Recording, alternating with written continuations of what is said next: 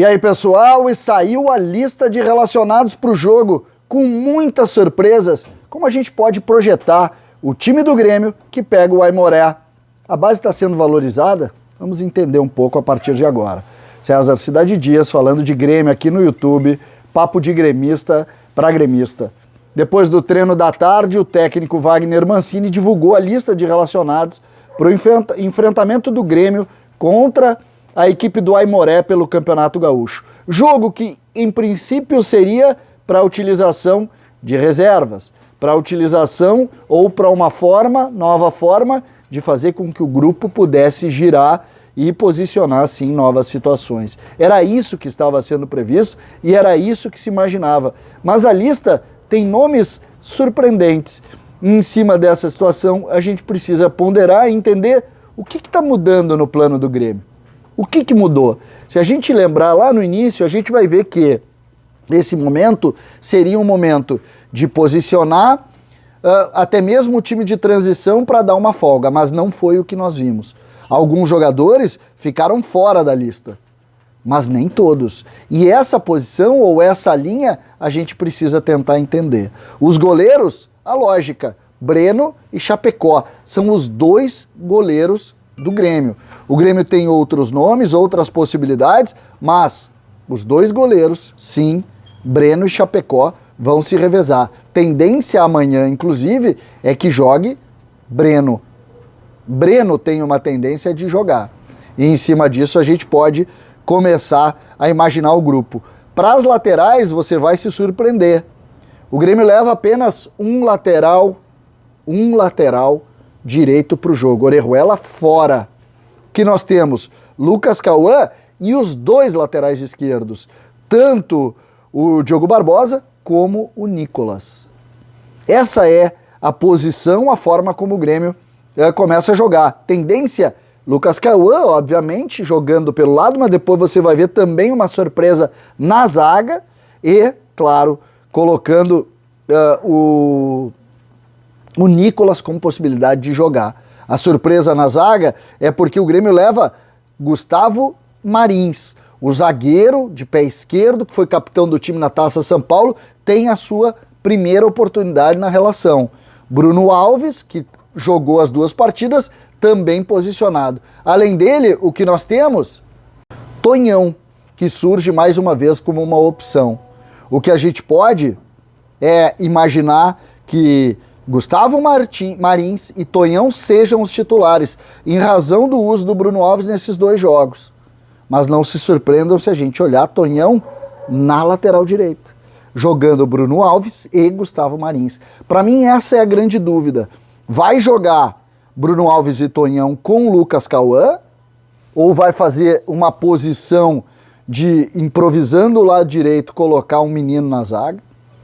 Essa é uma dúvida. Algo nesse sentido vai acontecer. Nicolas vai ser o lateral esquerdo. Depois vamos aos volantes. E aí a primeira grande surpresa. Ou melhor, a primeira não, né? Mais uma grande surpresa. Por quê? Porque Wagner Mancini relaciona Bitelo, Fernando Henrique, Vijaçante, Lucas Silva, Sarará, Thiago Santos e Bobsi. Ou seja, todos os volantes do grupo relacionados para a partida. Todos os volantes.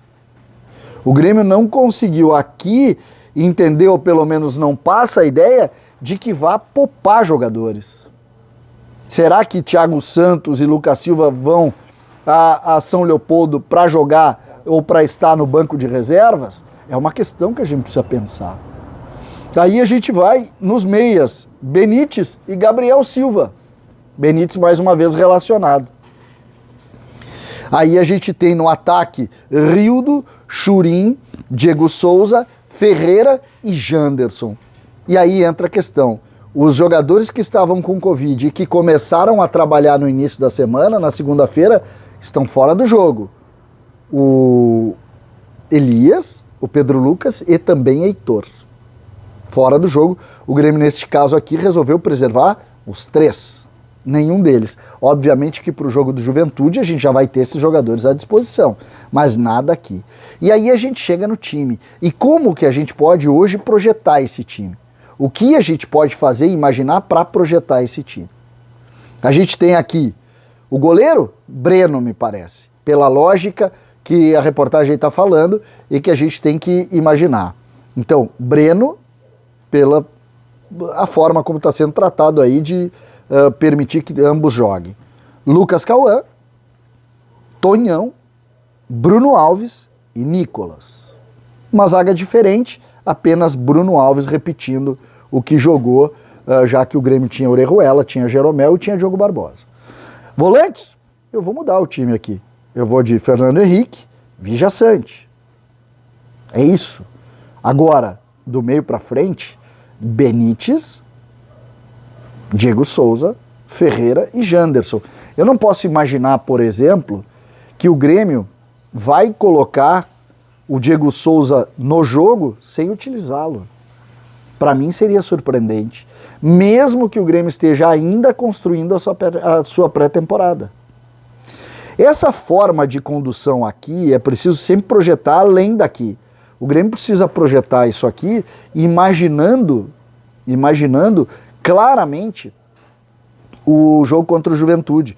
O jogo contra o Juventude é o jogo onde o Grêmio utilizará todos esses, mais Jeromel e também Orejuela, que são os únicos fora da lista. Os únicos fora da lista. Então me chama a atenção a forma como o Grêmio conduz, a mudança de planejamento, e agora, claro, nós vamos montar e projetar um Grêmio forte contra o Aimoré, e é preciso dizer o que está acontecendo. O Grêmio quer muito, e precisa talvez, desses jogos aqui para abrir vantagem, para sobretudo entender a classificação. Dia 26 de fevereiro tem Grenal, depois tem o Mirassol. O Grêmio quer chegar lá definido. Não com a primeira colocação, talvez, mas definido com a ideia de que vai poder ter tranquilidade para dar andamento ao trabalho, para pensar aquela semana de forma muito forte. Acho até que muito mais do que o Grenal, pensar no jogo contra o Mirassol, sobre uma tendência importante de um jogo, pelo que a gente está vendo do Mirassol, jogando fora de casa, um jogo muito difícil. Então essa me parece uma realidade que o Grêmio tem que compor, tem que imaginar, e está fazendo certo em fortalecer o seu trabalho, fortalecer o seu grupo para esses dois enfrentamentos.